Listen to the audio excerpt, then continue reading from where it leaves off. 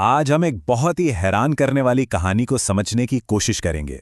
ये कहानी है एक पावरफुल एआई की, एक जंग की और एक ऐसे बैन की जो शायद कभी लगा ही नहीं। सवाल सुनने में तो सीधा है, लेकिन इसका जवाब बहुत पेचीदा है। सोचिए, एक देश के राष्ट्रपति एक एआई को बैन करते हैं और कुछ ही घंटों के अंदर उसी देश की सेना उसी एआई का इस्तेमाल एक जंग में कर रही होती है। आखिर ये हुआ कैसे? चलिए, इस पूरी पहेली को परत दर परत सुलझाते हैं। तो इस पूरी कहानी की जड़ तक पहुंचने के लिए सबसे पहले ये जानना जरूरी है कि ये क्लॉड एआई आखिर है क्या भला, और ये इतना खास क्यों है। क्लॉड एआई को एंथ्रोपिक नाम की एक कंपनी ने बनाया है और ये एक बहुत ही एडवांस्ड लार्ज लैंग्वेज मॉडल है।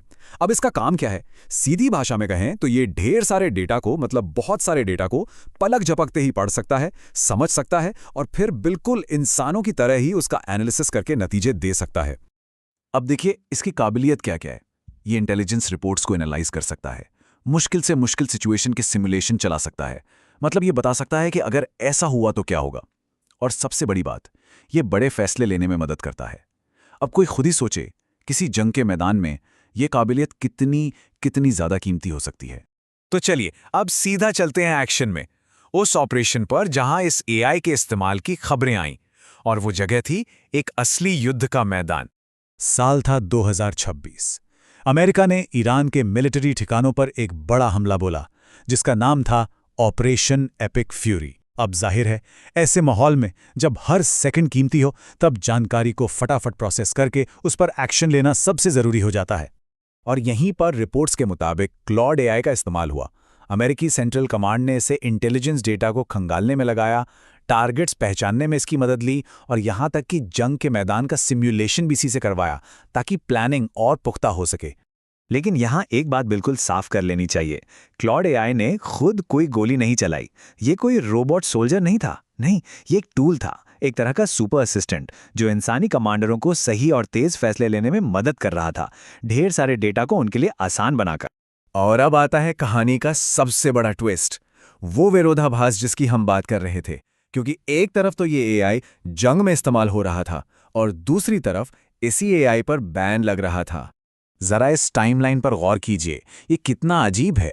ऑपरेशन शुरू होता है हमलों से ठीक कुछ घंटे पहले। उस वक्त के राष्ट्रपति डोनाल्ड ट्रंप एक ऑर्डर जारी करते हैं, क्लॉड एआई को बैन करो।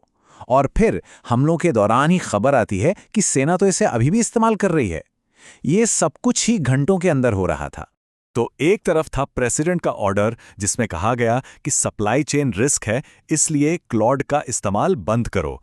मतलब सरकार को डर था कि कहीं इस एआई टेक्नोलॉजी में कोई बाहरी ताकत सेंध ना लगा दे और ये खुद ही एक खतरा ना बन जाए।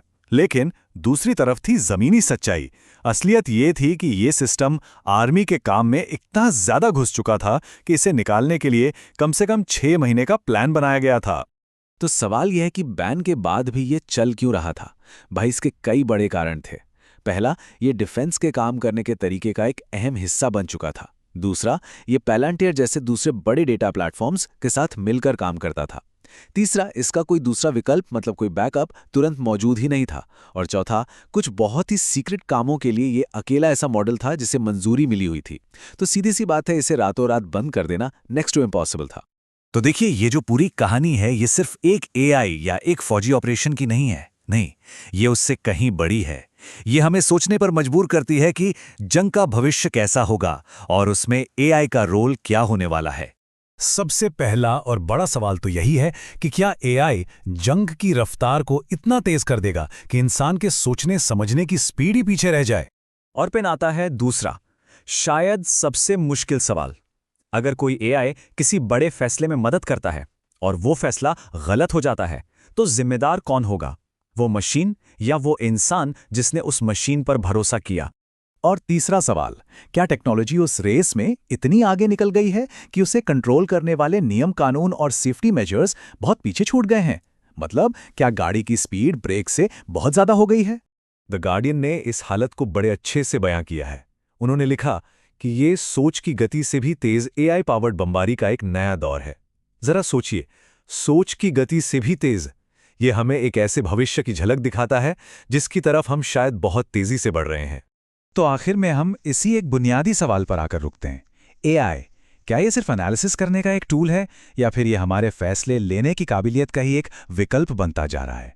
ये एक ऐसा सवाल है जिसका जवाब ही ये तय करेगा कि हमारा आने वाला कल कैसा होगा।